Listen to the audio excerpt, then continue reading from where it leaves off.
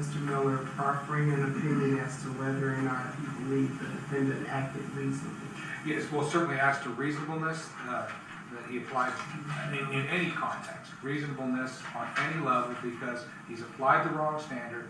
Secondarily, he's already conceded on my voir dire that he would be basing, or his opinion would be based on his opinion of reasonableness, which is not of any assistance to the jury, because the jury is fully capable, using the appropriate law that governs this case, to make a determination of an ordinary, prudent person at the time of the situation. They are capable of doing that, Judge. All that Mr. Miller, because of his very commendable resume, all that allowing him to give his personal opinion does is it invites the jury to supplant their well-reasoned opinion, independent decision as jurors with his. That's not appropriate. Secondarily, Judge, his opinion that Amber Guyger believes is reasonable goes to his testifying as to her state of mind, which is not allowed. No expert is allowed to testify to the state of mind of the defendant at the time of the offense. Ms. Guyger has testified. The jury has been made aware of what her state of mind was. So I certainly disagree with both of those. Your Honor, I would object to, I think that just based on what I've captured from your statement already, that the rank speculation of ducking would not be permitted. I completely object to that. That is, first of all, that is wholly inconsistent with the testimony from the jury from the defense's case. Secondarily, it is based on Mr. Miller's belief of the path of the bullet in the body, but he never did attend the autopsy. He's got there's no proffered medical background. That would just be pure speculation. He's admitted that there's been hundreds of shootings he's been involved in where persons have ducked, haven't ducked, given a dynamic variety of situations.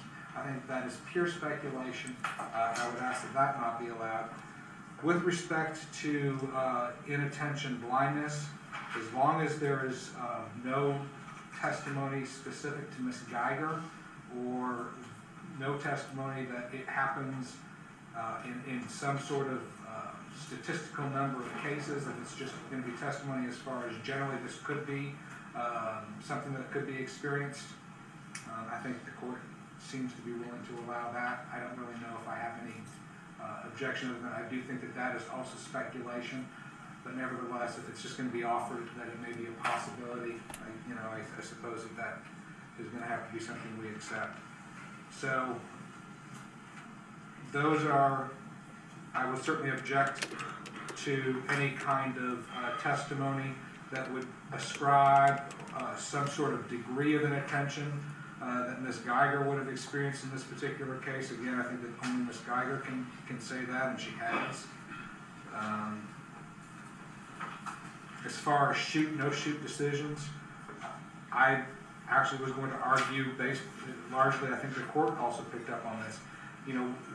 Mr. Miller is talking again anecdotally about his experience of shoot, no shoot, without any kind of a basis of any scientific studies which gauge it, other than to say that he's been to the range a lot. And yes, there may be information which suggests in a shooting situation, the shoot decision or the no shoot decision, but there is no information before me or before you that talks about probably the vast more decisions where officers don't fire at all. So that information, I think, is also without any kind of scientific or reliable basis, which means that it should not go in front of a jury, when all it does is just throws speculative possibilities in front of a jury without any kind of basis upon which the jury could actually use it in a productive way. So I object to anything other than perhaps just a general belief that inattentional blindness may occur and that the focus may be on the threat.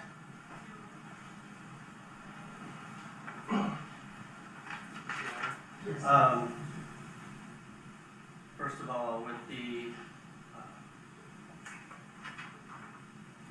Mr. Miller's articulation of a reasonableness standard, he is discussing the reasonable standards set down in Fourth Amendment jurisprudence in 1983 excessive force cases by the Supreme Court, and how the decision on whether a suspect's Fourth Amendment was violated, whether excessive force was used, is that of an objectively reasonable officer facing the exactly same set of quickly evolving dynamic tense circumstances and the decisions made when the trigger is pulled.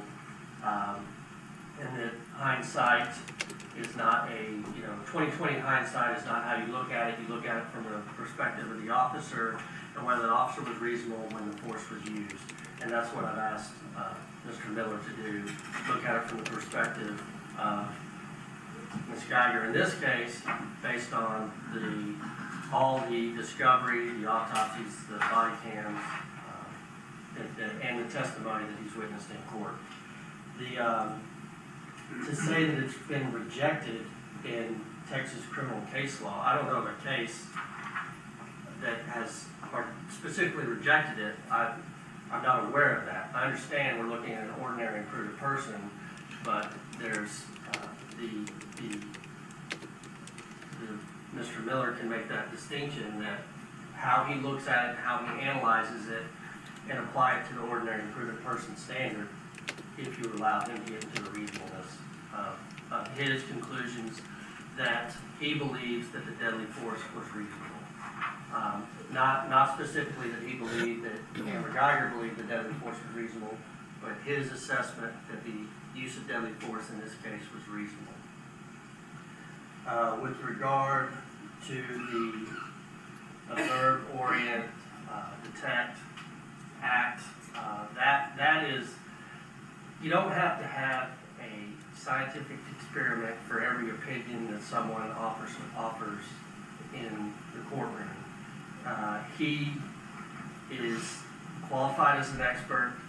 This is the observe, orient, detect, act. That's something that is triggered in every tense dynamic situation that an officer faces, and Mr. Miller can apply that knowledge that's applied widespread in police practices and procedures. The field of expertise that Mr. Miller has is legitimate. The subject matter of his testimony is within the scope of that field, and his expert testimony properly relies upon or utilizes principles involved in the field.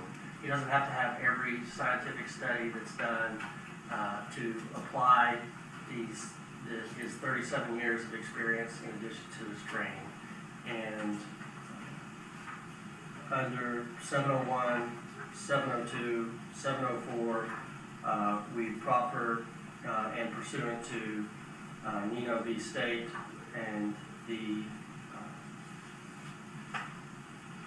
case law in Defendant's Exhibit 93, we would proffer Mr. Miller for those opinions. Mr. Miller, you do have a distinguished and glowing career, and I commend you for that. The court will allow you to testify as to the unintentional blindness and the principles of observe, orient, detect, and act.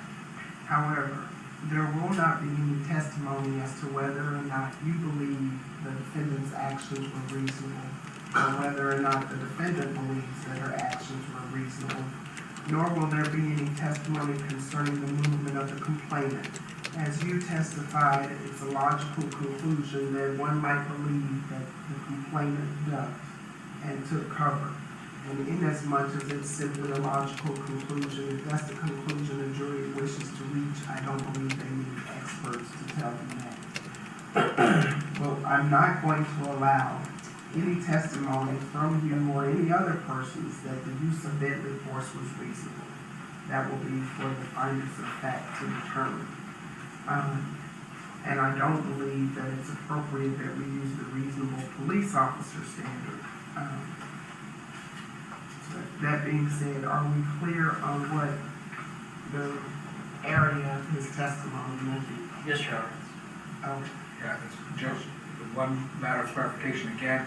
Are you going to allow the testimony in a general sense? generally, Okay, so not no, specific. not specific to Ms. Guyger. Correct. And Make your objections. further object that the excluded testimony violates the compulsory process clause and the due process clause of the United States Constitution. Overruled. Do you all need a break before we bring the jury? Okay, we'll bring them in at 10:15.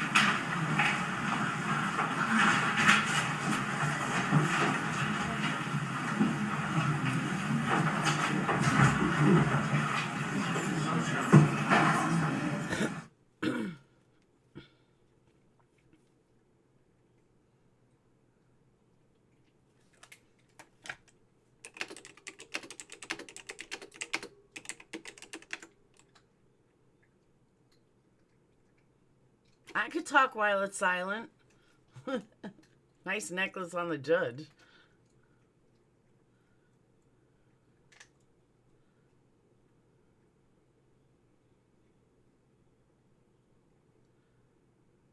She looks damn good for someone sitting in prison.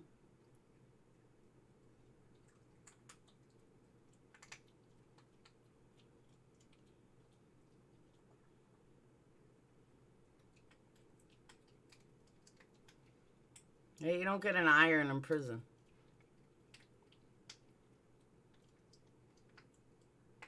Oh, she is out on bail? She should have ironed her shirt better then.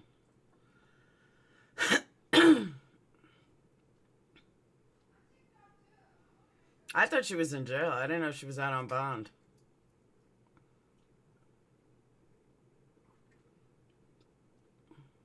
Positive Panther, I say the same thing. But if you guys weren't here last night or you didn't see the video last night, in the state of Texas, they have the option that they can add charges after all the evidence is shown. Most states you can't do that. Hung jury is possible, absolutely.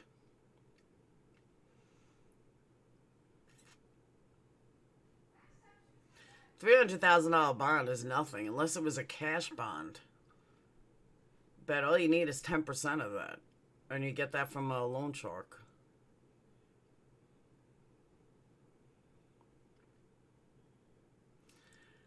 Tinker, it's 10 o'clock in the morning. I should go spam the other trial and tell him to come over here.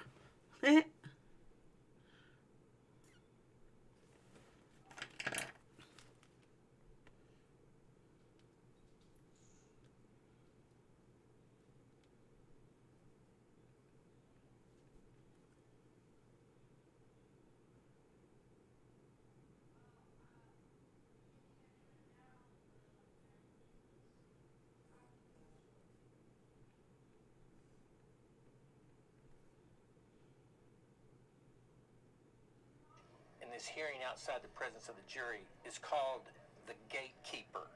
Oh, okay. Because the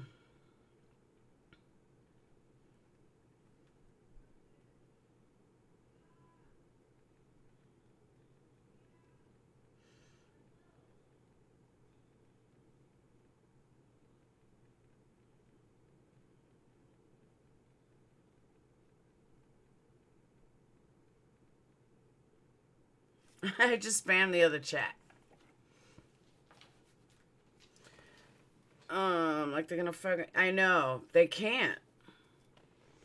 I was over there until I saw you on. Woohoo! Go over there and spam.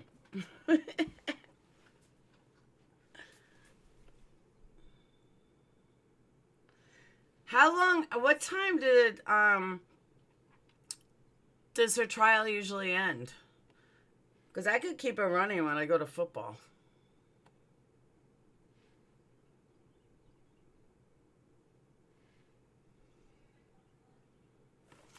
I don't know. She could. I think it's definitely possible. Like I said last night, all you need is one juror, just one, to say that she was innocent. Most days 4:30.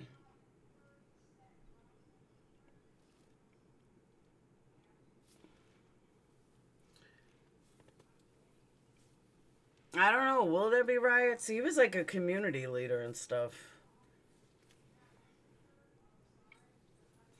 It's so sad, though. It's like such a wasted death. Because think about it, though. Even if she gets off, the family's going to sue her. She's got no job, no money. I mean, really, her life is over, period. Even if she gets out, her life's over. She'd probably be better off in jail.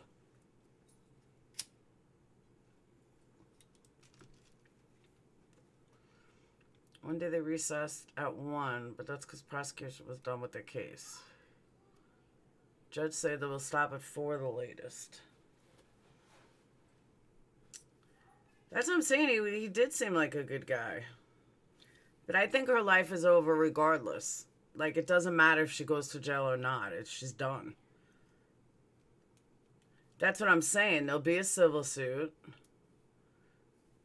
There'll be a lot of things.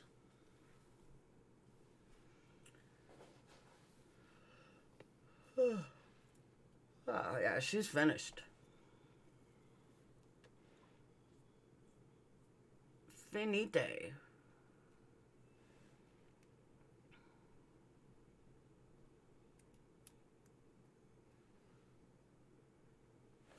Let's see what they're saying on the news.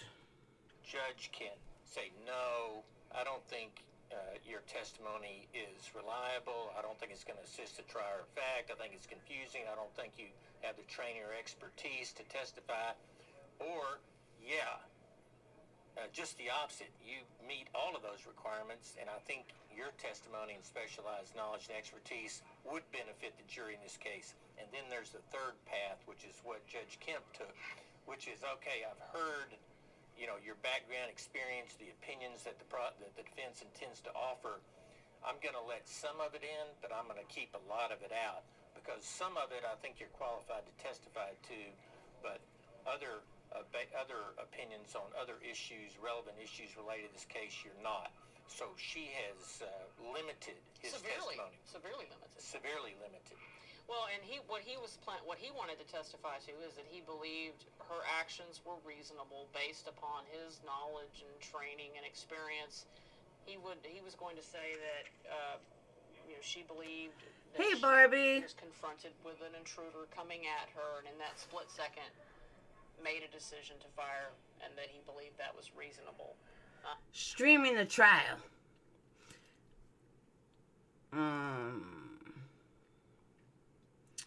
She lied a couple times on the stand, wondering if the jury caught those lies. But I'm still saying all you need is one. Just one juror. He was also wanted to talk about this inattentional blindness, which is this concept that your mind focuses in on the perceived threat, whether in this case is you don't know where somebody's hands are, or the knife, the gun. But basically she's saying, I don't want any testimony about what you think Amber Guyger thought, or whether or not it was reasonable. You can testify generally. Is that's how I took it? No, I think that's an accurate synopsis of the judge's opinion. She's basically said, All right, before he even says that, I kind of agree with her, though. Nobody should be allowed to testify what somebody else could have been thinking, because then you're just putting shit in the jury's head that may or may not be true. So I kind of agree with that. That's kind of fucked up. The general concepts of what you have to offer, the condition that you've described, that police officers in high stress shooting events may experience, which is unintentional blindness, which means you have tunnel vision, you're focused on what you perceive to be the threat, and because of that, this hyper alertness to the exclusion of other things that normal people would be observing would cause you to react in a more defensive manner by shooting your weapon. Okay, if you want to talk about general concepts that you know from your training as a former police officer and your research and the data that you've examined, okay, the concept of unintentional blindness, she's going to let him talk about that in general. She's not going to let him say, which is what the defense called her to testify to, is that Amber Guyger experienced that, and that helps explain why in this situation she felt like her life was in jeopardy, and that Botham Jean was legitimately placing her in fear. It kind of is hearsay. And she fired her weapon. Because you know why? That makes perfect sense if you think about it.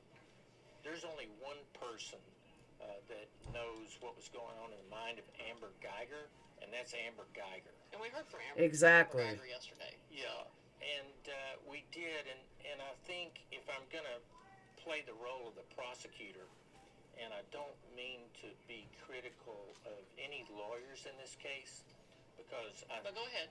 I'm not going to be. Oh, okay. The fact, if it was justified, I would not hesitate. But Robert Rogers, Toby Shug, Jason Hermas, the other lawyers involved in this case, they're all highly skillful, and I think that they're doing a good job.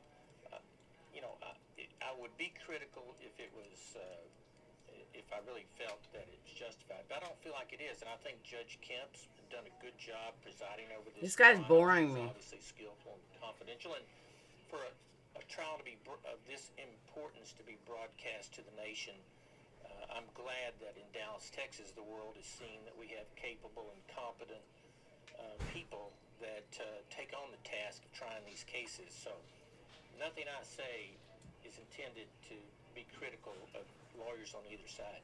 But the biggest problem with this case for the defense is that you have to believe Amber Guyger's version of the facts with respect to self-defense for it to be a defense that's going to work. Mr. Jean is not here. He can't tell the jury what happened from his perspective. So we only have the word of Amber Guyger. I mean, there's forensic evidence, and obviously there's been a battle about the position of the body and the forensics, the trajectory, and what that meant.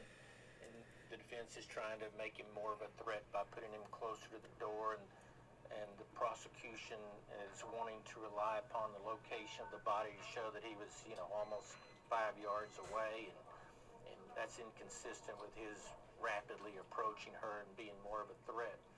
So the jury, when they go back, they're going to go, now she's testified that this kid that works as an accountant at a big accounting firm with a college degree and no prior criminal history, and apparently sings in the choir at church, all of a sudden turns into a ferocious, individual that's going to give the armed police officer in uniform with a gun, she's going to think that it's realistic that he's going to kill her, in other words. So to believe that, you have to believe Amber Guyger. Well, she's not a disinterested witness. She has a lot riding on the outcome of this case. Now, she could be telling the absolute truth. I don't know. But I'm just saying a jury's going to go, well, wait a second, that's her word. She's got a lot to gain here.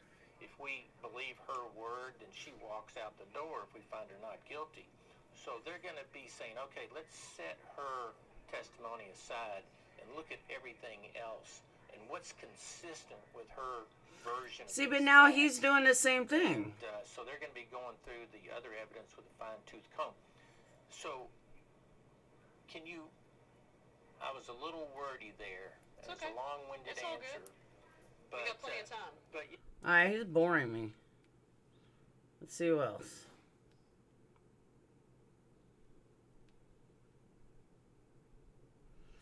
Alright, law and crime is quiet.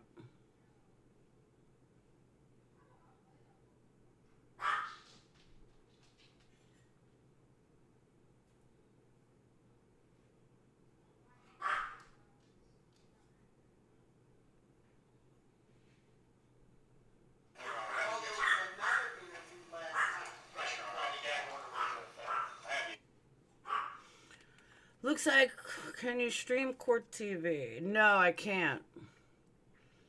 I can't stream anything that'll give me a strike. Court TV will strike me because it's live. If it's running on YouTube, I can't stream it.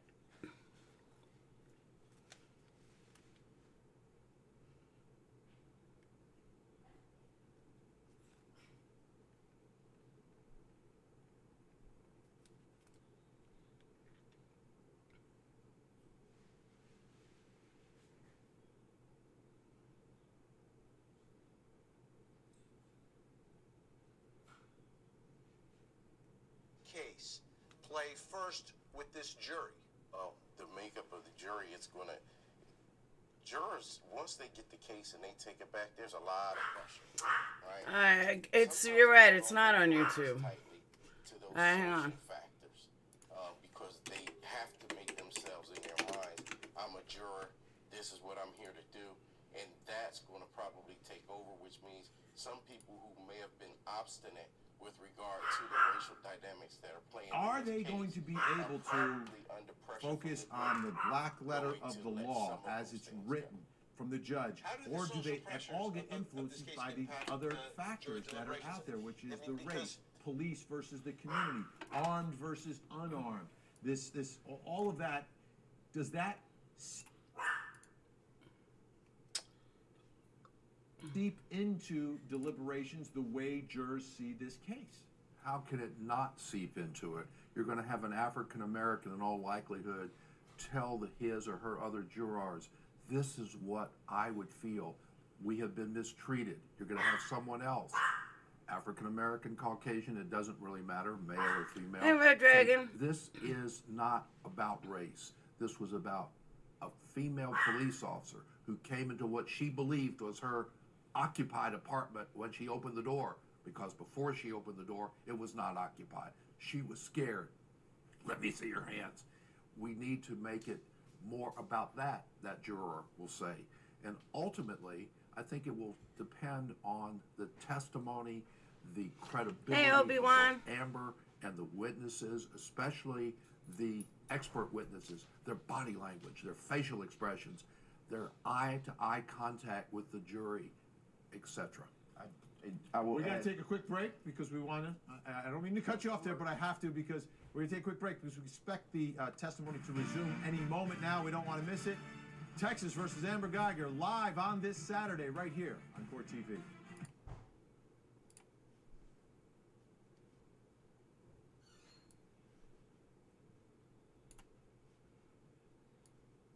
I'm not going to make you guys sit through commercials.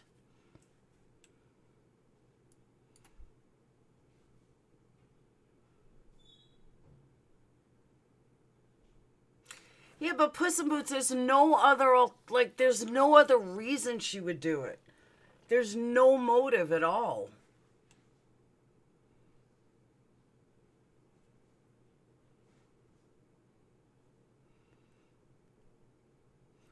Back with the big mug of hot coffee. Hot coffee works.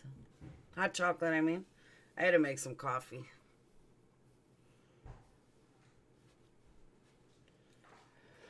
I don't want to go to football.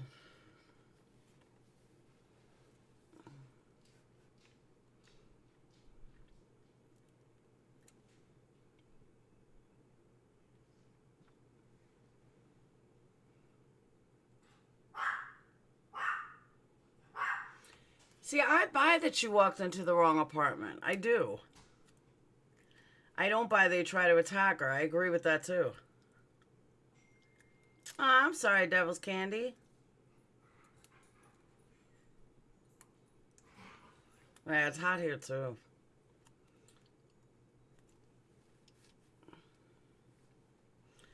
Basketball try. I swear to God, I hate football. I am so bored with football.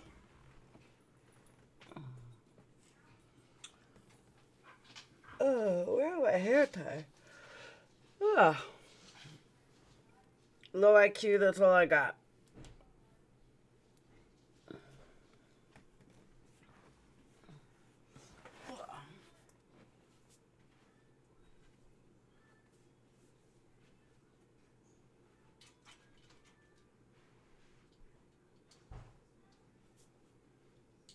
Who's in the kitchen?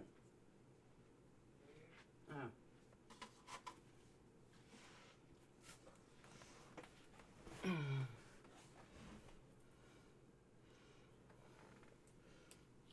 Okay, so Obi-Wan, you've done that. Hey, Poppy.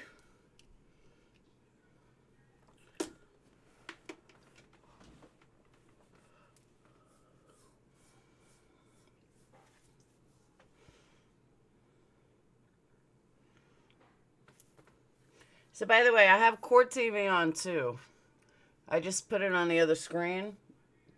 So if they came back, I would know it.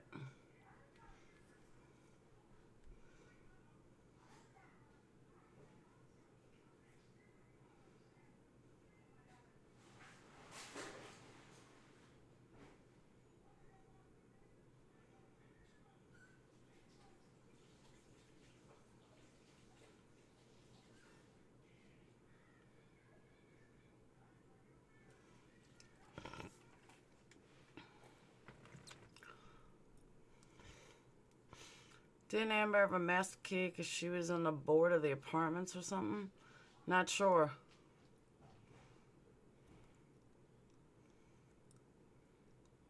Yeah, I've done it in a hotel.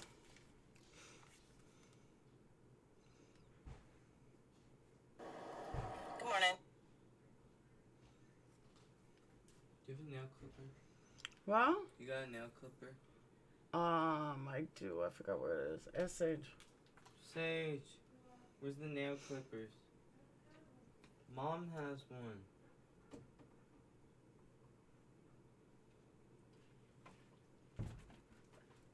Where's the nail clipper?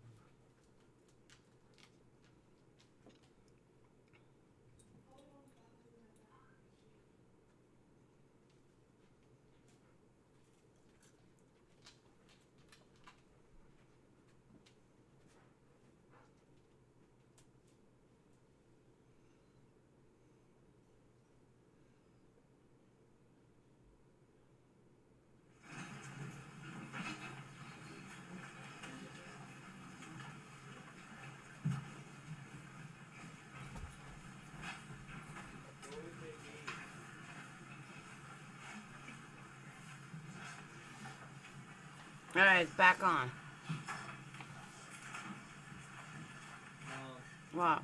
I have no idea. You're not gonna find it now. Thank you. You all may be seated. Good morning, everybody. Thank you all for giving us your Saturday for us. Mr. Raptis, please call the next witness.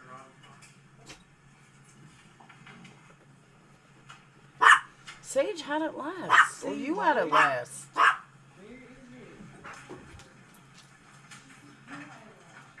Ranger Armstrong has already been sworn, and I'm sure he's aware. You're the one who did her nail. Just make yourself comfortable, sir. What? I'll get it for you later. I don't want it. Ranger Armstrong, the members of the jury have already met you. I'm not going to go through all your qualifications. Just in summary, you've worked with the Department of Public Safety. In addition to the academy, you've been with the Texas Highway Patrol, SWAT, and the Texas Rangers, correct? That's correct. And currently, are you assigned to a tactical unit? Yes, I am. And what unit is that? That's the special response team. And what do they do? They do similar tasks as a SWAT team. The SWAT team for DPS is a full-time team, which that is their only job. The SRT that I'm a part of is a collateral duty team, which means I still do my primary ranger responsibilities of investigations. In addition to, when needed, I perform tactical tasks with the SRT. And so, in line with your training and experience throughout the Department of Public Safety, and can you tell the jury generally about sensations that a person might experience when confronted with a quickly evolving, tense, dynamic confrontation with a suspect? Sure. Some of the physical sensations that might be felt by somebody experiencing a scenario, as Mr. Rogers put, would be auditory exclusion, which basically means that you may not hear at the normal volume that you normally would because you're under stress. You may have vision narrowing or tunnel vision, which means you are only focusing on what is directly in front of you, not in your periphery. You may also experience short-term memory loss, which may be regained over time because your mind is prioritizing. They tasks really want to at get that her moment in off. time. And the last one that you may experience is also a rapid heart rate, which may increase to a very elevated level due to the stress that you are experiencing mentally, physically, and psychologically. I'll pass it away. First witness, Judge. Yes. Ranger Armstrong, I'm going to show you what the marker identification is. States exhibits 321, 322, 323, and 324. Starting with 324, do you recognize that as being a still picture off of Officer Wynn's body-worn camera? Yes, I do. And that's going to be a fair and accurate depiction of the officers giving C.P.R. to the complainant while they were in 1478. Yes, that's correct. And then 321 through 323, are those going to be fair and accurate depictions of the shorts being worn by Mr. Jean at the time he was shot after they had been received and photographed by the Dallas County Crime Lab? Yes, sir, that's correct. All right. Your Honor, I'm going to offer states 321 through 324.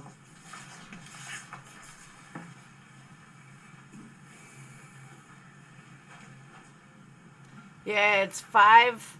I know it's 5 black, 5 white, 2 Asian. I don't know the men versus women.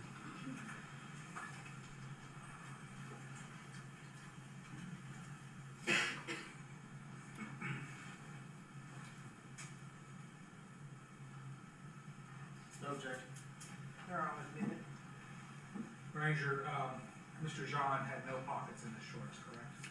That I cannot answer. Let's see the pictures. Sure. Front view, sort of side and side view. And you said no pockets? Correct. That's correct. It doesn't appear to be. I pass the witness. Nothing further, Judge. May the ranger be excused? I'll have him stick around. Okay. Thank you very much. Yes, Your Honor. Take Barry first.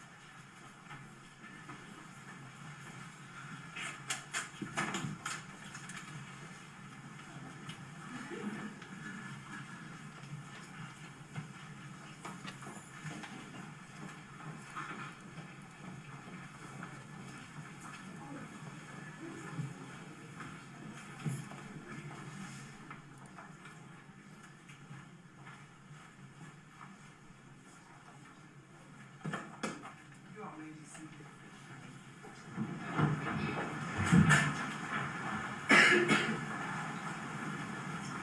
So I'll check back with you at like 10:35 with you all. Yes, ma'am, I'll be here. Okay.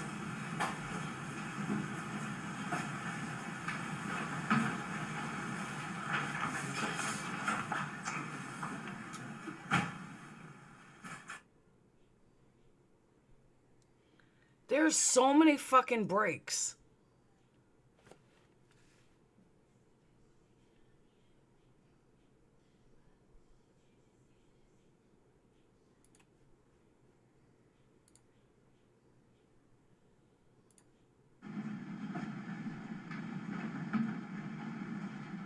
Wow, Court TV is really behind.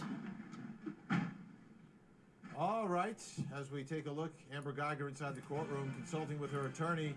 Another break, and not super clear why there's another delay, why the jury was excused, and we're not hearing from that second expert. Well, we'll try to figure it all out when we come back. Amber Guyger was a Dallas police officer who returned home to find a man in what she thought was her apartment. She shot him thinking he's an intruder. She's claiming she made a mistake. How on earth did she get into his apartment? There's just a lot that we don't know yet.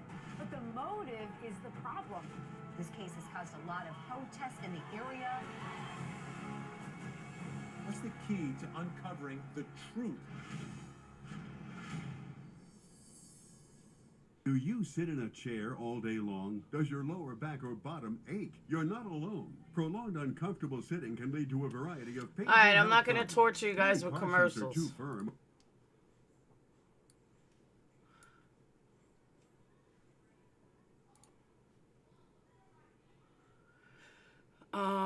Don't know much about USA Police, but she said, don't move, hands on head, drop to knees, and cuffed him and dialed 911. Yeah, but that's what she said. I don't know if I buy it. He was getting up or crouched down. Exactly. He was definitely not a threat to her.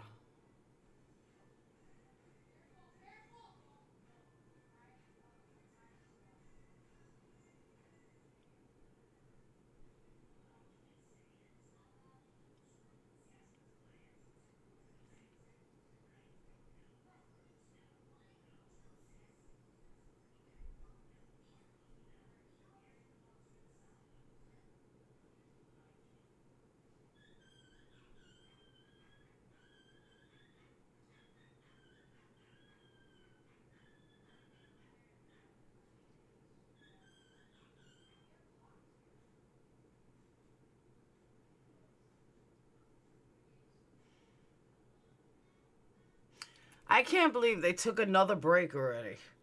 They had one like 5 minutes ago.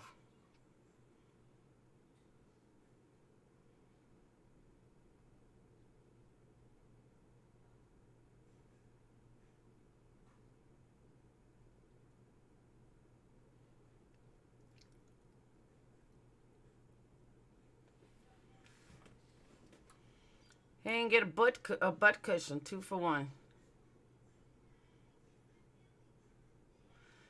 Her apartment was the one right above. Anyone have a hernia mesh implant?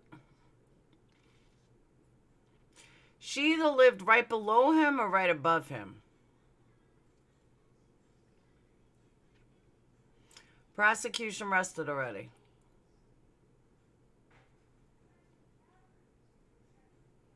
I think all trials should be on Saturdays. She lived below him, okay.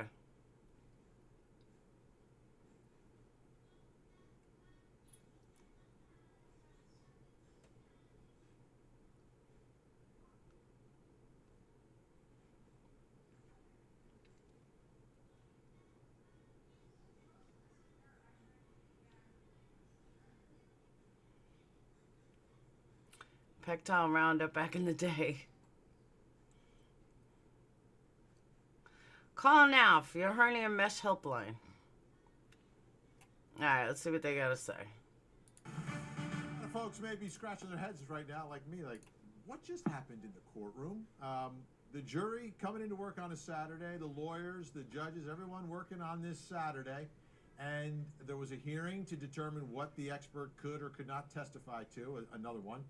And then the Texas Ranger, the lead investigator in the case, called by the defense, gave his expert testimony, which lasted about 30 seconds. There was cross-examination, which probably almost close to a minute. And then they were done, and then there was a sidebar, and then the jury left the room. But there's a second expert who hasn't testified yet, who's wandering around in the hallways just outside the courtroom. So we're not quite sure why another break was taken here, but let's kind of take a deep breath and think about what this Texas Ranger just accomplished, if anything, for the prosecution in that 30 seconds of testimony. Sean,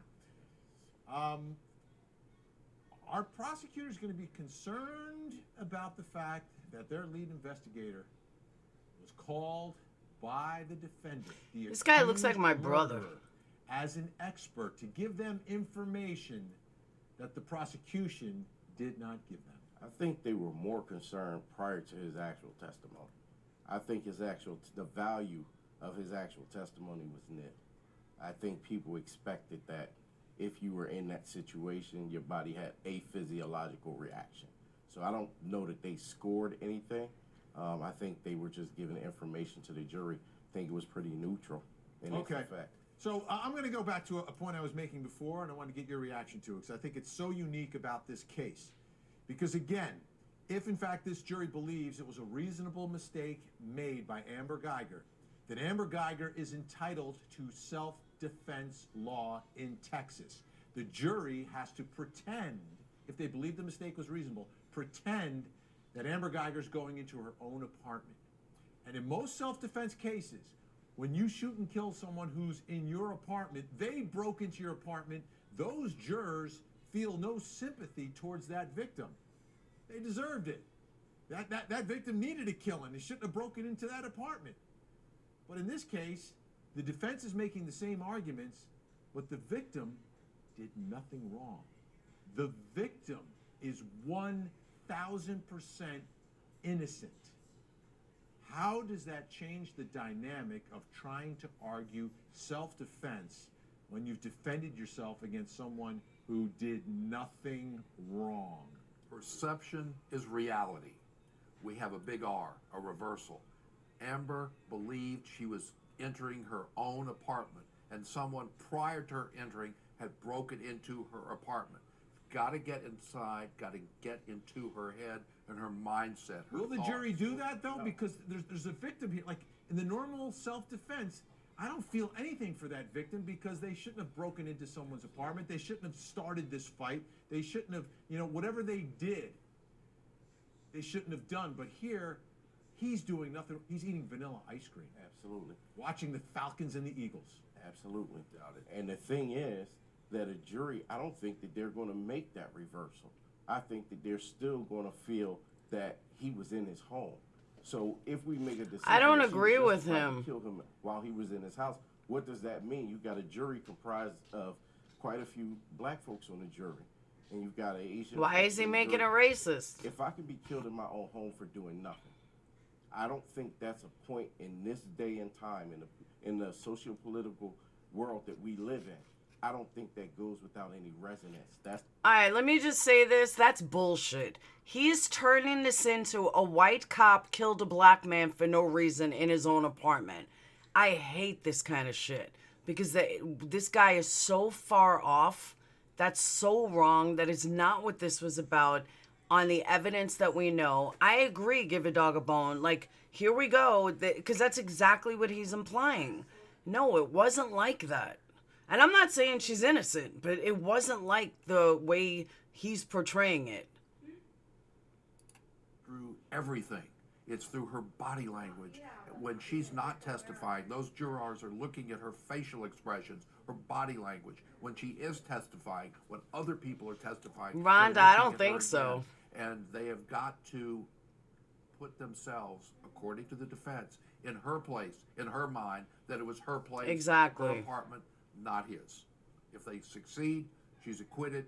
If they don't succeed, she's convicted. Now, part of doing that is understanding what she is seeing at that moment. And that was the purpose of the expert testimony by the lead investigator, the Texas Ranger, David Armstrong, who was called by the defense. I'm going to show you his entire testimony now on direct. Ready?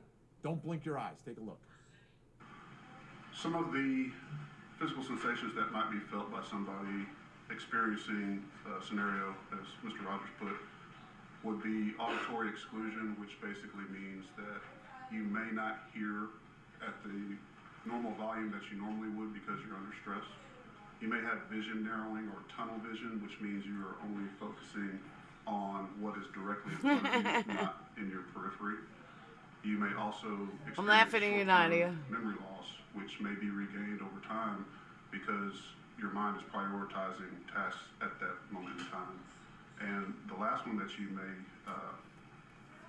that you may experience is also a rapid heart rate, which may increase to a very elevated level due to the stress that you are experiencing mentally, physically, and psychologically. But there's no All right, that was all the testimony. proof. Here's why it's so important for the defense. Because part of her reasonable mistake is opening the door and not seeing that it's not her apartment, just focused on the alleged threat. So here you see side by side the two different apartments and the differences between the two. Things that she She's going to have an opportunity to make an official transfer to attach the unedited. So I just want you to know that it's not going to go into this case. These pictures are in the light. She was in the dark also. That's a very big part of the case. Absolutely. And let me tell you what else why this detective is. He is African American. Amber, shot an African American. So I think the defense, not so much with his testimony, but with the fact that he was there, letting the jurors know that this is not about race. This was about a mistake on her part where she believed she was in her own or entering her own apartment. And that doesn't play in all of the media that I've read around this case. That doesn't play well. It just doesn't. Oh, Because please, the you're just trying to reality make is this racist. They see Armstrong as being disloyal in the social world, and I think that is part of the analysis for the jurors that are jurors of color. He's just trying to make this racist.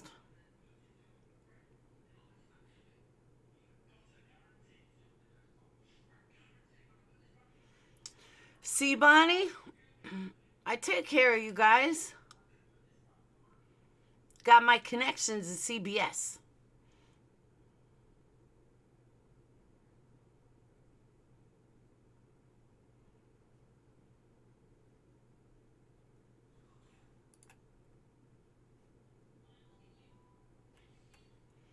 Alright, Court TV is showing an egg commercial. Yep. I know, but still, I just...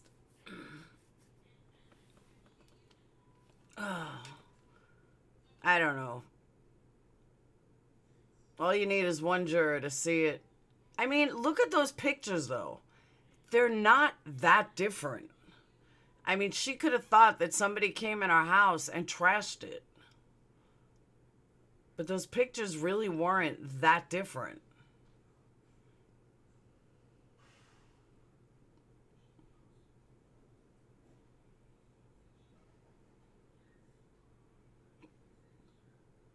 I agree, Puss in Boots. It's not since this happened. That's been happening for a long time.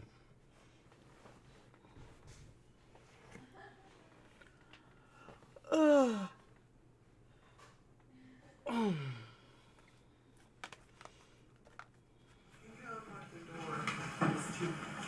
Hopefully they don't break after another half a second.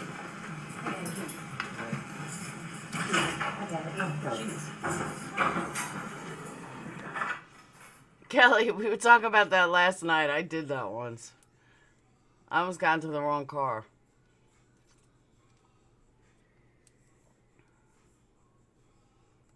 Oh my God, another fucking break? For real? Judge must have a period or something. Or she's getting something in the back. Shut up, Sage.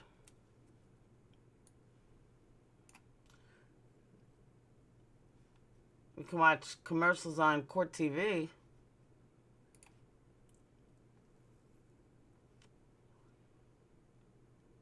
Fees, rentals, and force you to take long-term contracts. Well, it's time to say goodbye to the cable guy.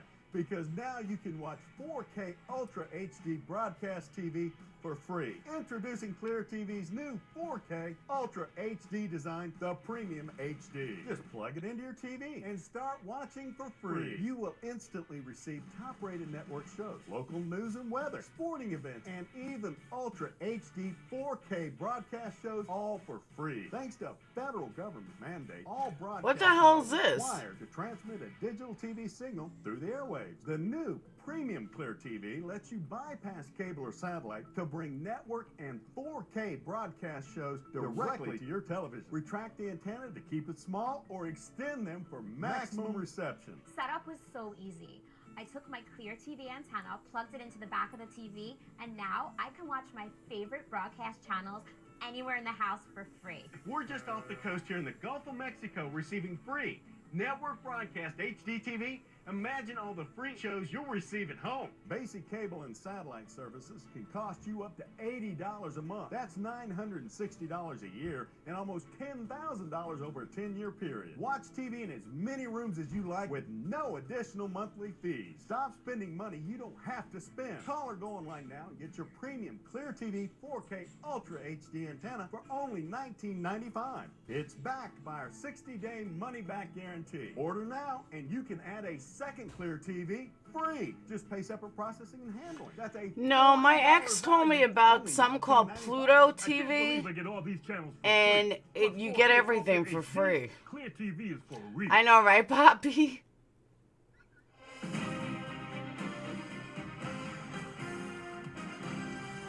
All right. What I want to do right now is show you a live shot of what's Sage. happening inside the courtroom at this moment. Nothing. You are missing nothing. Sidebar to the judge left the bench and the lawyers left the courtroom. So now, waiting to get some word from exactly what is happening or not happening or why it's happening or why it's not happening. This is why I inside hate that trials Dallas like Texas this. courtroom. But remember, the jury's sequestered. So that's the main reason court is in session on this Saturday, right? The trial's moving at a rapid pace. This morning, there was a hearing outside the presence of the jury that took an hour. Then there was testimony in front of the jury that took about 2 minutes. So the jury's only been in the court for a couple of minutes, and now they're back in the jury room. But if they're not in court and they're not in the jury room, they'll just be back at the hotel. They're not going out with their family. They're not going out to dinner. They're not going to, Little League games or a soccer game or going out on a date. None of that. They'll just be back at the hotel, shielded. Yes, from Elle, any they can. outside influences in this case. So the judge. I learned that last night, actually. That right now it's murder. They wanted murder, probably because politically run. But they can, once all the trial's done, they can add any charge they want. Which is pretty cool, really. So you don't get another Casey Anthony. Trials are unpredictable. Judges' rulings are unpredictable. But what do you think the impact is on this sequestered jury? Sage. Because this is, they're not used to Phoenix, all of get this. Sage. What do you think they're thinking? Do they hold this against anyone, or do they just kind of go with the flow here? General frustration. I don't think that they're going to hold it against any side in particular. I think it's general frustration. They're sequestered. It's a weekend. The big fair is coming, the state fair. They're thinking of things they could have been doing if we were only going to be here for 2 minutes. Yeah. We could have been at Yeah, the doesn't hotel. this guy look like Uncle Bobby? I think completely agree with Sean. Why are we here? We've heard This how guy. much time No. and testimony, Hold and on. we've taken how many coffee breaks or bathroom breaks? Enough. Let's get it on. We need to make it happen. You've got us here, Your Honor. Let us be in the jury room. Let us be in the courtroom. Let us hear the testimony. All right. Speaking of Doesn't testimony, look like Uncle Bobby. again, there's another expert. Yeah, he does. Like a better looking version of Uncle Who was Bobby. in the courtroom outside He the presence of does. the jury earlier That this looks like a morning, Vladimir and the judge made a Putin. ruling on whether he Not could really. testify and what he The could eyes testify maybe. to. Let's take another listen to that. As to that inattentional blindness and the principles of observe, orient, detect, and act. However, there will not be any Supercell. testimony as to whether or not you believe the defendant's actions were reasonable, or whether or not the defendant believes that her actions were reasonable. Nor will there be any testimony concerning the movement of the complainant, as you testified, it's a logical conclusion that one might believe that the complainant ducked and took cover. And in as much as it's simply a logical conclusion, Thank you, that's the Supercell. conclusion the jury wishes to reach. I don't believe they need experts to tell them that. Okay, so there's an absolute limitation, and it's interesting that the limitation, like the testimony's limited to testifying about this, which is the unintentional blindness. One of the other opinions that I gotta find out who Katie gets. Everyone, Purple Heart, Supercell. The police chief has investigated 150 police. I gotta find out Katie shooting gets notifications. I've never gotten Were they notifications. reasonable?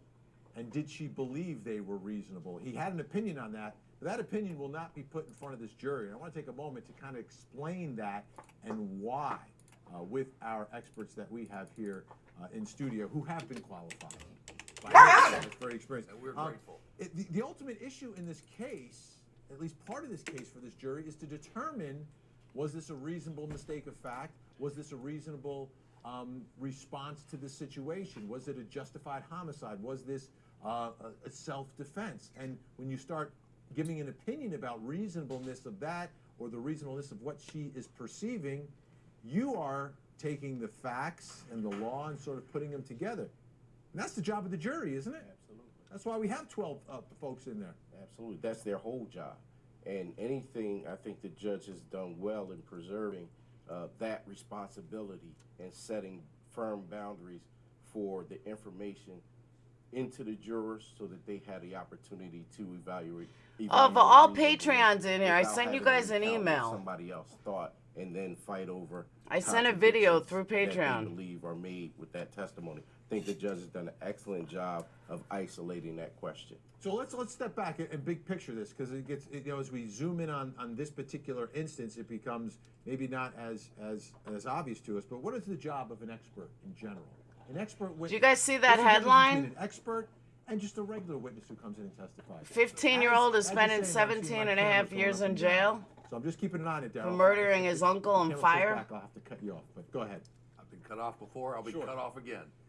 A regular witness testifies as to what he or she saw or heard, direct testimony. An expert witness talks about what should happen under normal circumstances. The what app? Because he or she has been qualified Oh, as being knowledgeable. it's as on the having bottom. the proper type of training, expertise in the field in which he or she is testifying.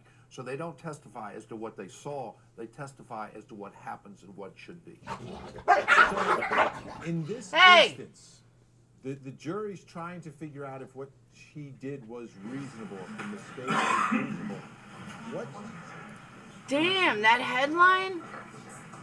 Some woman gave a 30-year-old grandson a lethal dose of drugs because there was nobody to take care of him when she died. People are fucking crazy.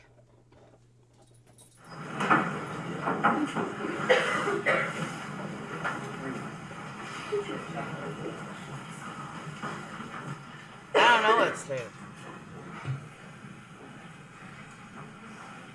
Yeah, it was on the bottom screen running. Come here, Fluffer.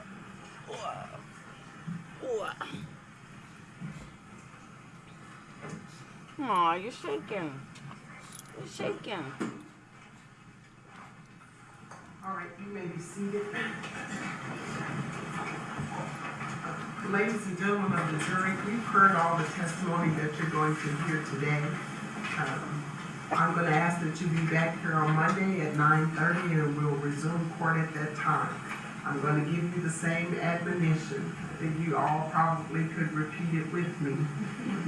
I'm not sure whether there'll be media coverage or not, and you should not be accessible to it, but if perchance, don't read it, watch it, or listen to it, or don't allow anybody else to talk to you about it, okay?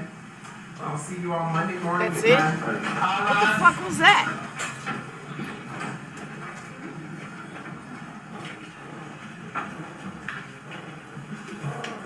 Stop. Stop.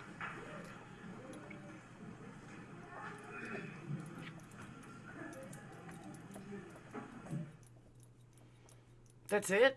What the fuck was that? That's not even a half a day. That was an hour. I'll make you see it. See how they do people? Well, I'd like to talk to your attorneys right quick. And then I guess the rest of you can retire to your homes. I'm directing this team. How fucking lame was that? Alright, see what Court TV's got to say.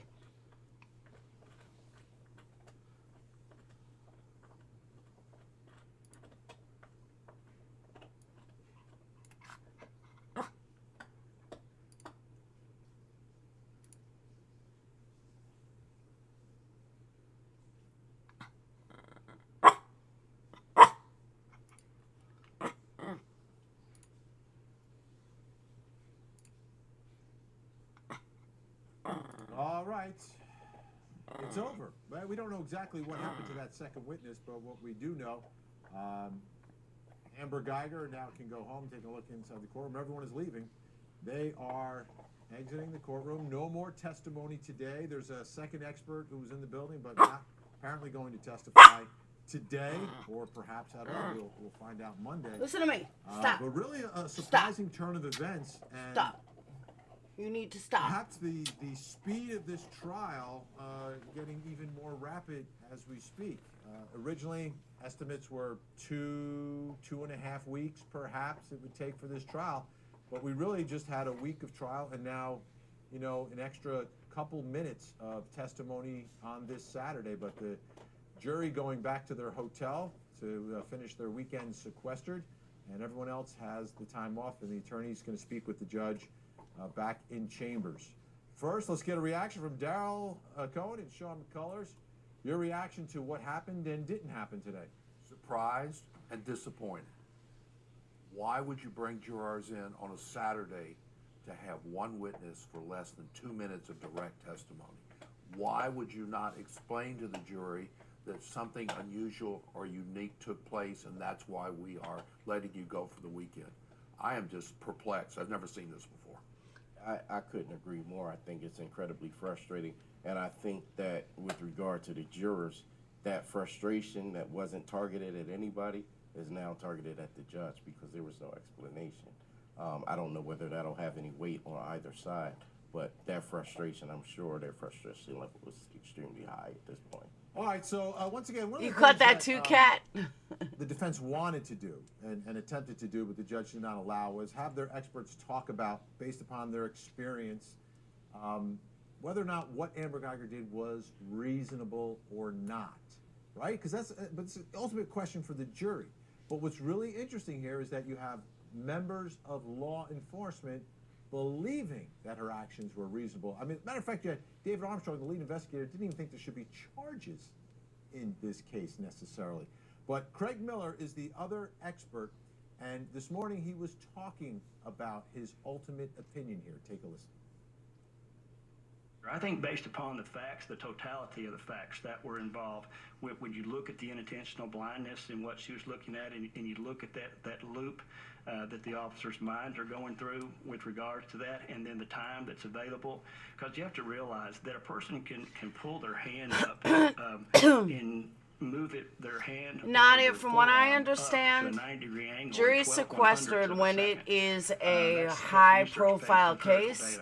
And they believe that a media can twist a jury's way of thinking. So this is going on faster. All this is going on. That's like the most layman's terms I can tell. And it's my opinion that in this case, that I'm sure Guyger, there's like deeper thinking she was thoughts. in her own apartment, fired a shot at a person that she felt was a threat to her, and that was reasonable. All right, well, that reasonable opinion will not get in front of this jury. It's been excluded. Yeah, I was right. Here we're live look inside the courtroom. Amber Guyger, as you know, out on bail. She posted $300,000 bail, so she will leave. Any high-profile case, I just looked it up to see if there was any deeper things, but it's not. It's just when they believe that a jury can be tampered by the media. Until Monday. So the big looming question is, where exactly are we in this trial? And I don't know how clear or unclear it is at this moment, because there's a gag order in the case. That's number one. Number two, There are a lot of sidebars in this case, even when the jury's not in the courtroom, which is a little bit unusual. Most of the time, when the attorneys go to a sidebar, it's because they're discussing things that they don't want the jury to hear, because it may be about issues and evidence that may be inadmissible, things they are not supposed to hear or consider. But when the jury's not in the courtroom, in many courtrooms that we've covered across the country, all these discussions are out loud in open court. But here, a lot of sidebars, and now there are further discussions with the attorneys taking place seemingly in the judge's chambers. So let me bring back in Daryl Cohen and Sean McCullers. You guys have been in so many trials and so many. What do we think they're talking about now? I have no idea, because the sidebar that should have not been a sidebar because a jury was not there, unless they're trying to prevent members of the media from knowing what they're talking about, has now adjourned to the judge's chambers. Could this be perhaps, I mean, is it, do you think it's about evidence? Do you think there's a potential plea? I mean, I would be shocked if that was on the table here, but it's kind of peculiar what's happening here. Do you think that's even a possibility? It's a possibility. It would be. I've seen it happen a few times. Actually, it's startling, but I'm with you. I don't know what the issue could be that it had to be taken into the judge's chambers at this juncture, out of the way of the media. I don't know what that would be. Why do you think the defense has chosen not to put their expert, who was qualified and permitted to testify about this unintentional blindness, not do that today? Maybe it's not the defense's choice. Maybe something the prosecution said. It's just impossible to know. We can certainly speculate, and there's a possibility, as you previously mentioned, there may be a plea deal here where she might get some sort of involuntary manslaughter and a probated sentence. I don't know. This leaves me with more questions than answers. Yeah. Or there could be an issue that the judge needs some time to research, and she wants them to brief her on this particular issue before she makes a ruling. Yeah, but maybe the defense She doesn't make a ruling, though. expand what this expert can talk about, and the judge will give them time to do a little legal research and figure it out. I So think many she said the questions, jurors and can the go questions home. Are legitimate questions, because all this is happening sidebars in chambers, not in open court, and that's up to the judge, the judicial discretion on that, right? And what's important, though, is what's on the record, what's off the record. That court reporter, the stenographer who takes down the transcript. So if they're meeting in chambers, the stenographer sometimes can go back there, and you could be on the record. Yeah, of course. Absolutely. So, all right. Daryl Cohen, Sean McCullers, a great Saturday morning. Thanks so much for spending time with us. Appreciate it. Thank you very much. All right, our coverage continues here on Court TV because, yes, there are still some questions. Julie Grant up next, hopefully, with some answers. See you later. Everything you love about Court TV is now. Vinny Politano, that was his name. I couldn't remember his name. Hey, Bailey. I bet you sue the department for failure to train? Maybe. So yeah, Nadia, according to what I just looked up after I told you that, it just says, although sequestration is rare, publicity surrounding a trial and interested parties may interfere with juror objectivity. A judge may order that a jury be sequestered in order to prevent others from tampering with members of the jury through undue persuasion, threats, or bribes. So yeah, I just basically said it in layman's terms. Court TV's been back for a long time. What's up, Winky? I've never used my ADHD as a disability, but if I had to be sequestered jury with no TV or cell phone, nothing to do, I'd be pulling out documents. I know, right? See, the thing about sequestered, though, I said this in the last trial that was sequestered. I'm going to tell somebody. I mean, that's horrible, but I am. I may not watch TV or anything, but I'm totally going to tell someone. Who's not going to come home and tell their husband, oh my God, you got to hear what happened today. You know what I mean? I don't know.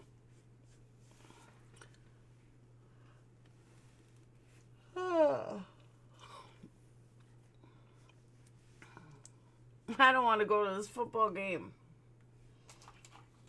Things we do for our children, I tell you.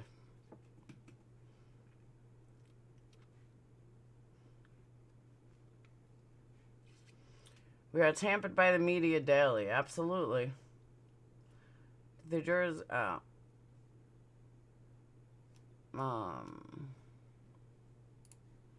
what?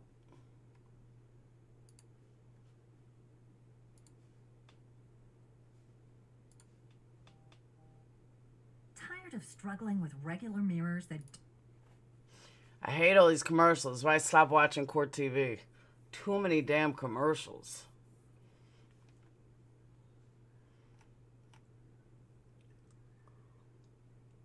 No, sequester means you can't talk to anybody, you can't watch TV, you can't watch radio. They don't want you being persuaded by the media. Or even taking a bribe or something. Which unfortunately does happen.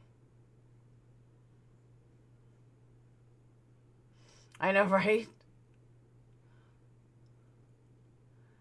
Court TV is like the fucking king of as seen on TV commercials.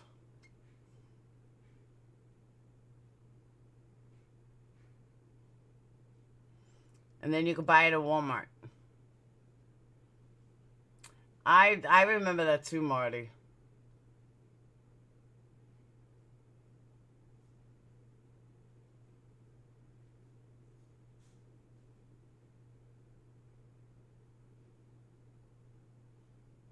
Looks like a regular light-up mirror to me.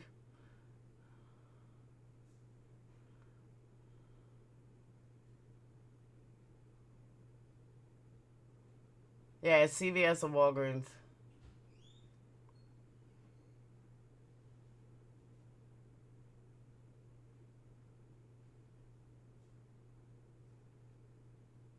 Because most people put a mirror on their back door.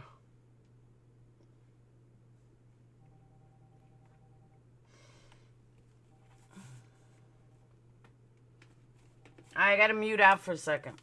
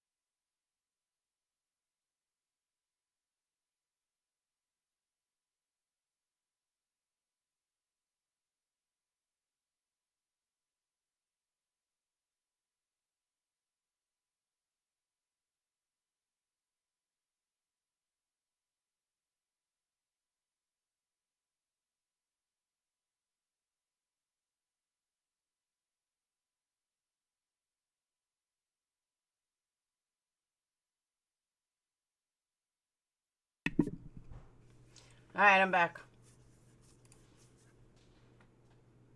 Peter Addison Wade. Addison, great to see you. Thank you so much for being here today for this special day of Court TV Live, the special session in Texas. What in the world? Have you ever seen anything like this where they call for a special session with this sequestered jury? They offer one witness who testifies on the stand for maybe about a minute or so of testimony. This is just really... She has nice hair. What do you make of this? Well, I think the optics, I think what the defense is going for is He they're doesn't. calling one of the prior witnesses to actually say, okay, let's get into it. Let's talk about the state of mind that Ms. Guyger had. And they need to do that because up to that point, it was the prosecution trying to surmise what was going through her head, putting out these standard operating procedures about, about what police officers are trained to do. Exactly, Okay, Bailey, let's call it one is. of your witnesses. Let's talk about it for the jury. And that's pretty powerful.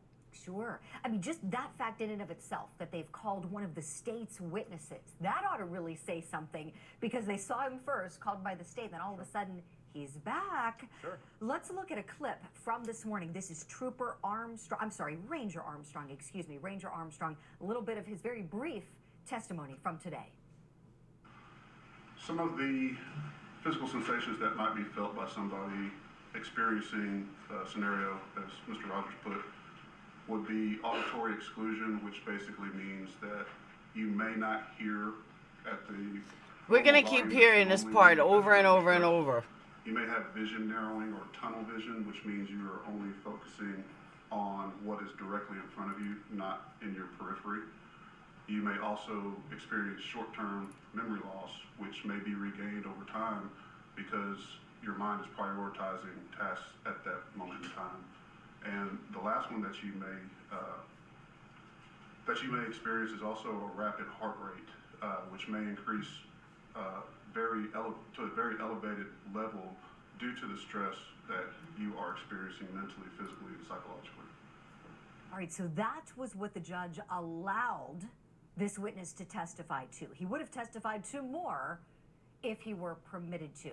Specifically, whether Amber Guyger's actions the night that she shot Botham Jean were reasonable. Okay, Addison, so the judge restricted this to just what one experiences when under those circumstances in a shooting case, when they're focused on their target. You heard him mentioning the tunnel vision, the short-term memory loss, the rapid heart rate. But he wasn't able to go into this specific case, just speak generally.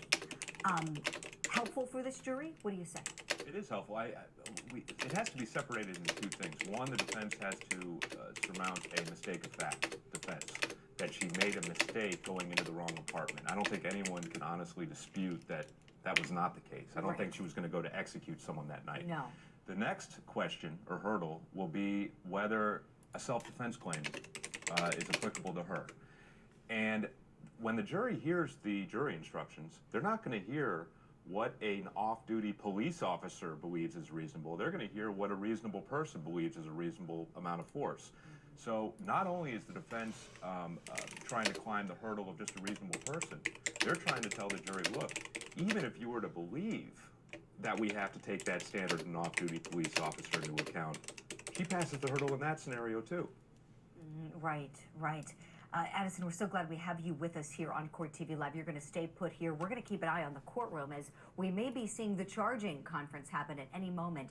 In the meantime, let's take a look back together now at some of Amber Guyger's testimony. This may be what is most critical to this very compelling and tricky case.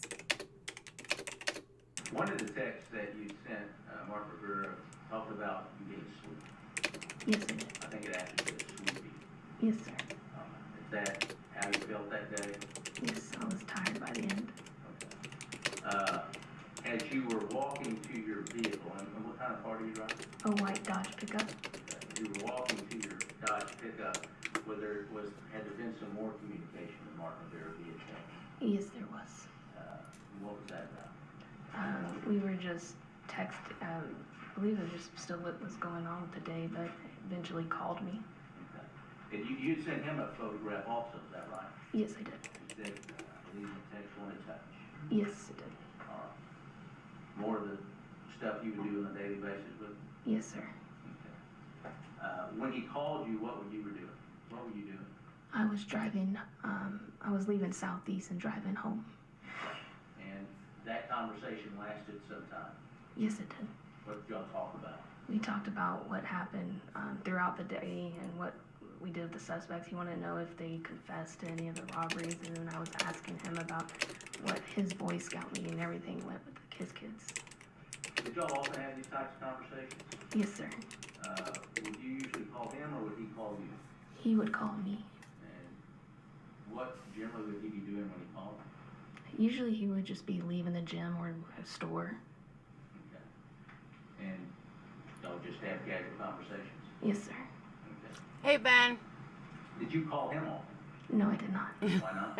I knew it was Laughing at you, Marty. I never knew where he was at, so he always called me. Should I get your dress? Yes. All right. Did you, as you drove while you were talking to Martin Rivera, did you go the same way you always do back to the south side, right? Yes. Anything unusual happened during that ride? No, it did not. As you got back to the Southside Flats, we've seen some photographs and video of your truck going in. Do you recall that's how you made entry? Yes. You didn't actually have to use a fob or car. Are you guys reading the bottom highlight? Read the bottom highlight. To get in. But you were on the phone with Mark Rivera when you drove Look, in. look, I'm gonna step on you. Tell the jury where you went in your truck. I went up to the 3rd floor to park my truck. You now know you weren't on the 3rd floor. Yes. Oh. But you believe you were. I believed I was. Okay. Did you ever pull off anywhere to continue a conversation before you parked on what you believe is the 3rd floor? No, I did not. Was the parking lot pretty full? Yes. Is there any place to pull off besides into a parking space? No, there is not. And you drove up to what you believe was the 3rd floor? Yes, I did. And how'd you park? I backed my truck in. Was that your normal procedure, how you park? Yes, it was. Once you parked, did you get off the phone or did the conversation continue? I stayed on the phone for a few minutes after I backed my truck in. What did you feel when you parked? Where did you park at in the parking lot, on the 3rd floor? I parked on there in front of the doorway I would always go in. I kept thinking I got so lucky to park somewhere close. I didn't have to carry all my equipment around or far. So you concluded the phone call and you have equipment that you carry in every day? Yes, sir. You take that equipment home, ever leave it at work, or is it something you have to bring home? It's something I always bring home. Okay. What kind of equipment is that? It's usually my Hey, lunchbox, my backpack, and my heavy vest.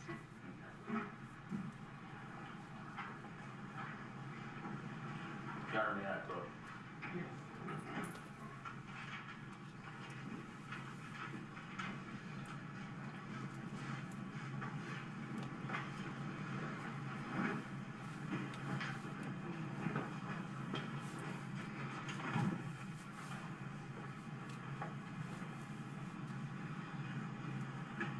All right, I want to show you 3 items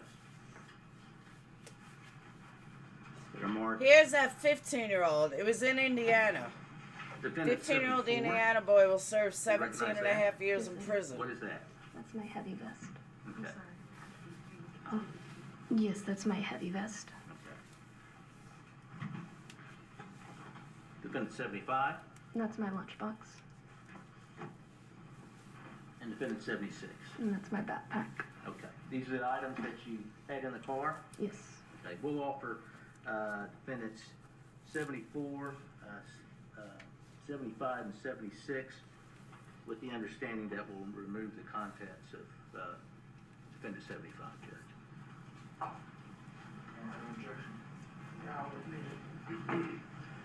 Now, let me show you 74 again. You say this is your, what you call a heavy vest? Yes, sir. Okay. Tell the jury what you mean by heavy vest. Heavy vest is what's going to stop a rifle round. It's more durable than a regular vest that goes under us, but you still have to put it on over your uniform as well. And when do you wear this?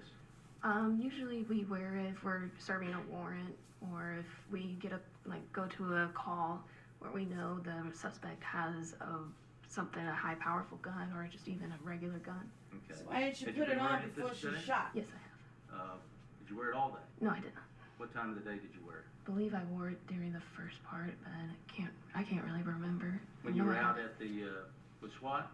Yes, I believe. No, I didn't because I had my body camera on with SWAT. Okay. And 76, what is this?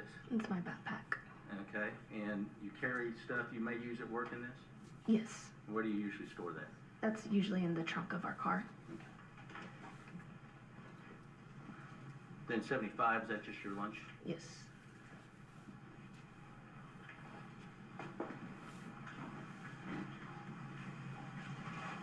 How heavy is this?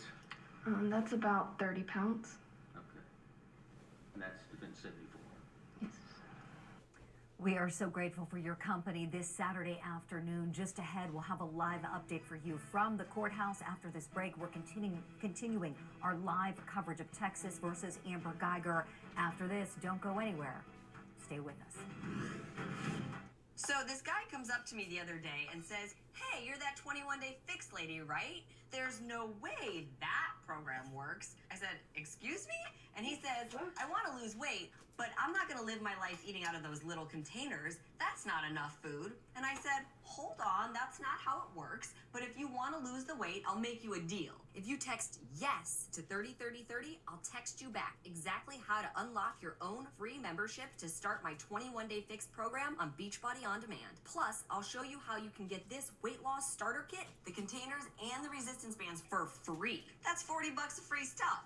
Then I said, "But wait, first you need to know how it works. The containers don't deprive you, they give you control over your food so you know how much to eat for your weight loss goals. And I even show you how it works with over 100 recipes on Beachbody On Demand, like sloppy joes, enchiladas, cream cheese salmon burgers, and peanut butter chocolate balls. You're gonna do a half-hour workout a day. You can even follow the modifier if you're a beginner. And in 3 weeks, you could lose 10 to 15 pounds, just like millions of my customers have. And now, I'm gonna make the same offer to you. Just text yes to 303030 and I'll text you right back with exactly how to sign up for Beachbody On Demand for free, plus how to get my proven portion control containers and a high-grade resistance band for free. Get started with my 21-day fix program to get your food under control. If you don't love your results, you cancel within 30 days and you get your money back. And still keep the $40 of free stuff just for trying. Oh, and the guy who told me he'd starve on my program, he and his wife are loving it and are already down 5 pounds in the first week. So if you want to lose weight and you love free stuff, this is your one chance. Text yes to 303030 to unlock your own free membership and start my 21-day fix program for free. Plus, claim your $40 in free weight loss tools. That's yes to 303030 to get started today. Non-attorney spokesperson. This is a paid advertisement for legal services sponsored by Nightline Legal. Cases assigned on a random basis to participating law firms. See disclaimer for law firms. Attention cancer victims who use the weed killer Roundup. A federal jury unanimously found that Monsanto's popular weed killer Roundup was a substantial factor in causing cancer. You may be entitled to financial compensation. If you or a loved one used Roundup weed killer and were diagnosed with non-Hodgkin's lymphoma, call the number on your screen now. Call 800-520-6545. Are you over the age of 50 and considering buying an annuity in the next 60 days? I have some important news for you. Don't buy an annuity until you understand the pros and cons of annuities. Call now for this free book on maximizing your income in retirement. Annuity Do's and Don'ts for Baby Boomers from leading financial firm J.D. Milberg. That's right, free. This book reveals little-known truths about annuities in simple-to-understand terms. Grab a pen right now because we're about to offer you this free book that unlocks the 5 little-known truths we believe baby boomers and seniors should know. Hey, does before anyone buying else an feel annuity. like And it's free. that Call 800 people that watch 686 trials are fat and do 6688. nothing As but a order bonus, things we'll on also throw TV? in a free annuity Because all I've record seen book, is which weight features stuff numerous products and stuff you summarized buy at rates and Walmart. benefits of annuities, all from Sentinel You think there's Security something to Life that? Insurance Company.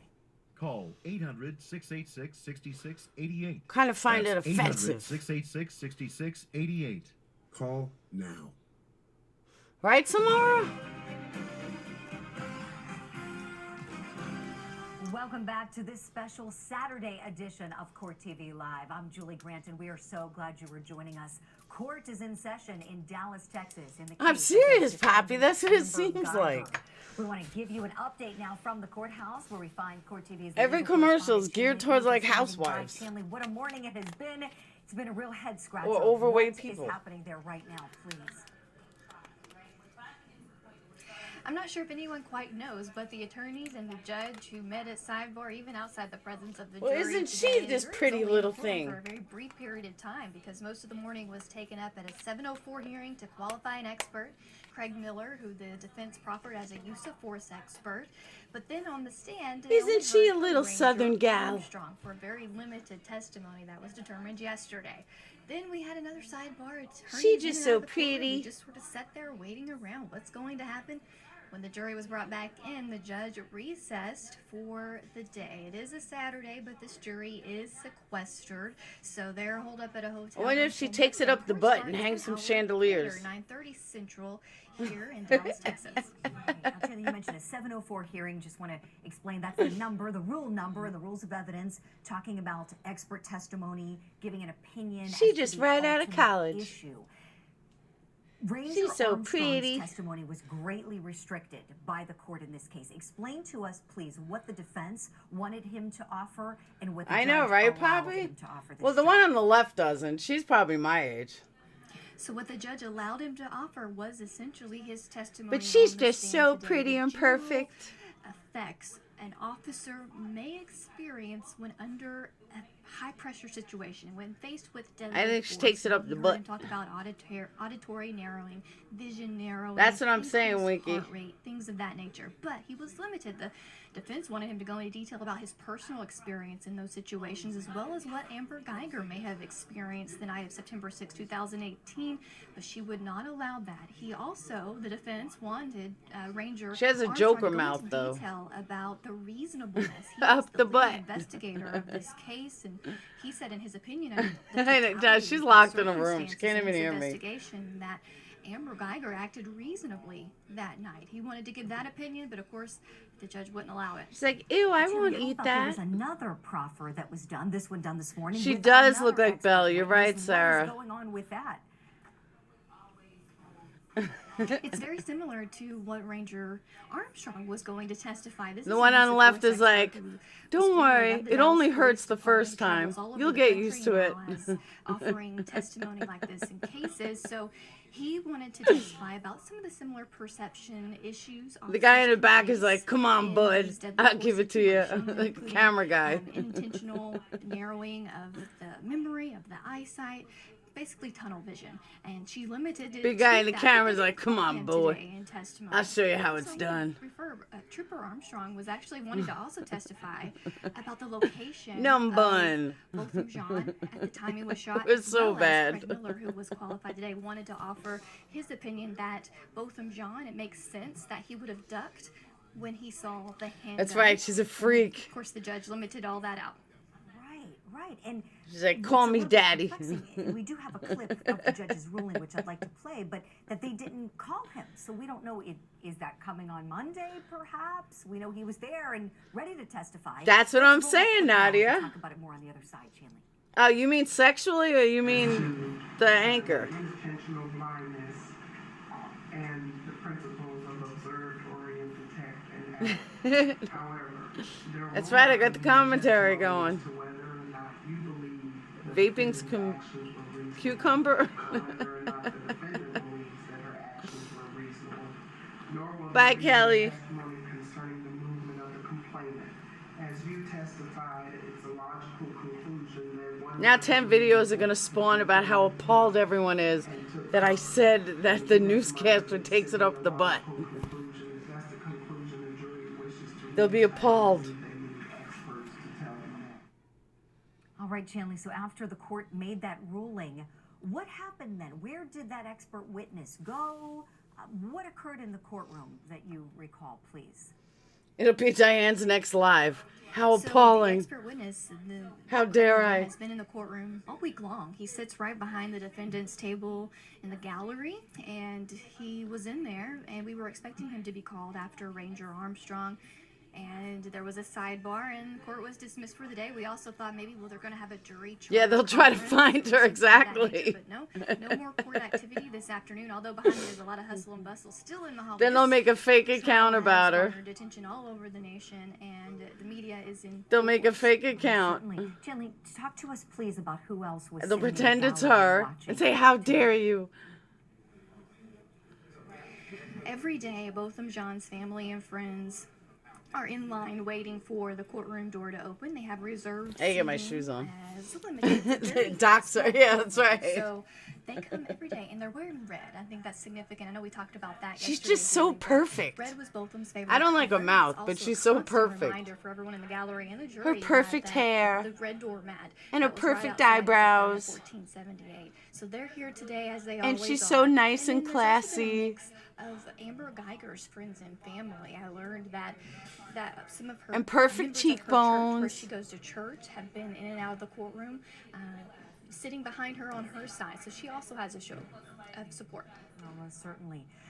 So, were the folks in the gallery looking as perplexed And a as perfect we body. all were when we saw that, I mean, tiny bit of And she testimony stands from Ranger perfect. Armstrong, and we watched the Oh, yeah, process, it's a of course, filter. but that was Yeah, also the right. presence of the jury from Craig Miller. But I'm just wondering, do they have the reaction like, what exactly is There's a happening? scandal hiding in the Pantene. Do you know what their Pantene hair? Absolutely. We Grab were all it. sort of looking Grab me hard and around call me what daddy. happened, what's going on? We were speculating. In the gallery, there's a whole row of media from all over the local news, national news, and also by Botham's family. The family is represented by 3 civil attorneys. She said There was a perplexed. civil There you complaint go. That was filed Hey, Merrick. last year on behalf of Botham and state. His I estate get my shoes and on. My the city son's of got a Dallas, so free. his civil attorneys I are don't with like the her family, mouth, sort of though. I don't representing like the way family her and cheeks keeping go the into family her mouth. It informed looks and weird to me. understanding the process, even in But this other than criminal that, trial. yeah, she's So perfect. even the attorneys at the end of today, when the It's like her teeth are prosecutors too walked big by for her the mouth. exit, But oh, look at that. Her teeth are figure out perfect. What's going on? What's happening? So they could explain to the family. And of course, they didn't let us hear that conversation. Right. She has Certainly a such lot we're perfect not teeth. privy to. Let's take a look back together. Bitch. Let's look at a clip. Again, this is from use of force expert Craig Miller. Bunny He was mouth? proffered Yeah, there's by something the weird defense about it. today. It's like a The judge Joker. restricted his testimony to But other than that, nothing she's pretty much regarding perfect. whether Amber Guyger's actions were reasonable. Let's take a look at a little bit of what he told the court outside of the jury's presence. So in looking at that, this is why people want to know, well, how did the police officer miss an item? Still How says did she they takes it up not the see butt. this? Why And did they hard. not see that? And it is because their attention is so focused on that She has object chiclet that they're teeth. looking at. Not loyal at all. So I look at that in conjunction She takes with it up a the butt. process that police officers go through. They must observe we must observe, they must orient, they must decide, and then they must act. This act is a point I call the go, no-go point. And that go, no-go point is when they elect to use force against that person that they feel the force is necessary to be used against. And so I try to use that formula as my basis for why the shooting took place, and then I look at that information. Janley, how did the defense team appear to you after the judge restricted his testimony? Did they appear to be kind of defeated?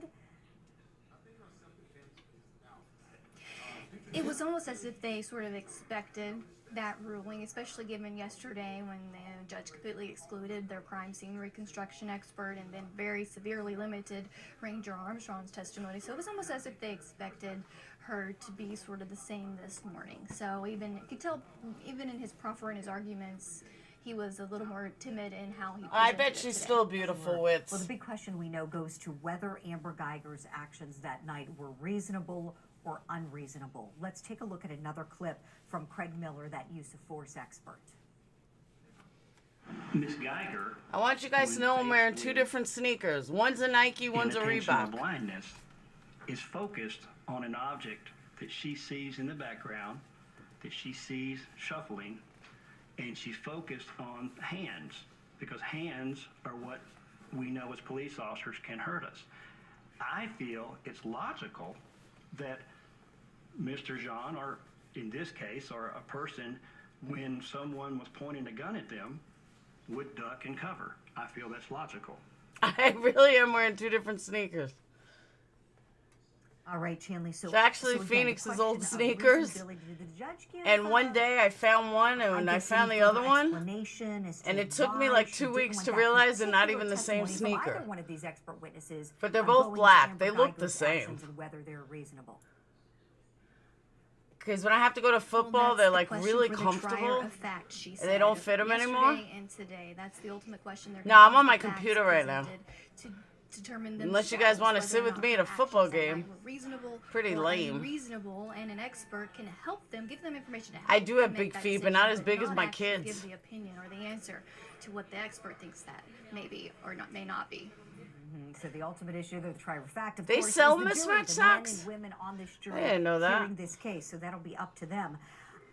This case is just so unusual, all of it. It's like nothing we've ever seen before, and something very odd is that Ranger Armstrong is the lead investigator. Look on at this your case, receipts. called already as a state's witness, and then now called by the defense.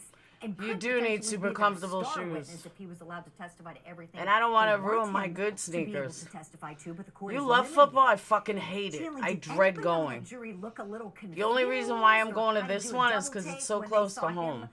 Come back on the witness stand Usually his again? coach takes him. Not anything out of the ordinary. Again, they just were brought in, the jury was brought in, 8 women, 4 men, and of course the 4 alternates are all women. Coming in, they sit in the same seat every day, and they weren't in there very long. So the defense called its only witness of the day, Ranger Armstrong. They're like, oh, we know Ranger Armstrong. Here he comes. They're familiar with him, but it was a very short testimony. And interesting, Julie, this jury was not provided a notepad or even pens and to take notes during this trial. I have a whole. What does notebook she know full of about notes to keep up trials? with everything, and they're not taking any notes. And this is sort of regular or common for this court, this judge, because she wants her jury to look at the witness more, take in the courtroom, because a part of their job is not just the facts, but the credibility of witnesses as well. So I don't know how they're keeping up with all the details because I'm writing them down, but this jury is not. It's a lot. It's a lot. Do they have that option, though, Chandler? Are they permitted to have notepads and pencils? Yes, they can bring their own notepads or pencils if they want to jot down a couple of notes. And in observing them this week, I really haven't seen any have a notepad or a pen or paper to jot down notes. But they are quite alert, very observant. That's something interesting to talk about, though, is that why aren't they writing anything down? I don't think she's been to a lot of trials. I think she's straight out of college. She's no older than 25. Think about it, though. That's kind of weird. Why aren't they writing down any facts? Guyger's testimony from yesterday. Did they appear to be engaged? What did you notice from them? Any Don't worry, visible Ben. Anchor facial takes it up the butt, reactions when she too. was testifying, or those points perhaps where they were the most emotional points for her, where she was crying or doing the demonstrations for the jury? It was the most engaged I've seen the jury. In fact, Amber Guyger's called to the witness stand. Everyone, of course, sits up in their seat. It's the most full the courtroom's been the entire trial. This standing room only, from the front of the courtroom to the back. The jurors would actually, for the first time I noticed, turn their chairs. They move their chairs. They moved their chairs towards the witness stand while Amber was testifying. I noticed a couple of the female jurors, a younger female And jurors, she's not married. would She tells me lean she's forward very young. and even nod as Amber responded, sort of showing some compassion or empathy towards her, as she did struggle a lot of the time on the witness stand. But then again, They both Julie, I do. noticed a couple other jurors who were completely disinterested, not really Right, ready? showing this or that Ew. way, or really Snapper. into what she had to say. Alright, guys. It's football time. Yay. I may go live from the game, depending on how sunny it is. Or I may watch it illegally from my phone. Haven't decided yet. So, I will see you guys in a little while, or I'll see you guys when I get back, or tonight. One of the above. Are you all... Oh, no, we're not hating on her. We're joking on her, Sarah. She's perfect. We were totally joking. When I joke like that about somebody, I'm liking them. If I said nothing, it means that I had no interest in them and I think they're idiots. But no, joking on her like that, it means I actually like her and I think she's beautiful. It's the big difference. Yeah, she's gorgeous and smart with perfect teeth and perfect eyes and perfect makeup. But she takes it up the butt. Just the way it is. Love you guys. Why didn't anyone tell me we had to go? What? Why didn't anyone tell me? You don't have to. You said you didn't want to go with me. I never said that. Yeah, I told you yesterday you want to go to the football game. You're like, no. No, I didn't. You didn't ask me yesterday. Oh, well, too late now. Ew. Brat. Alright. I'll see you guys later. Are you guys bored? Should I stream from the game? We'll see how sunny it is.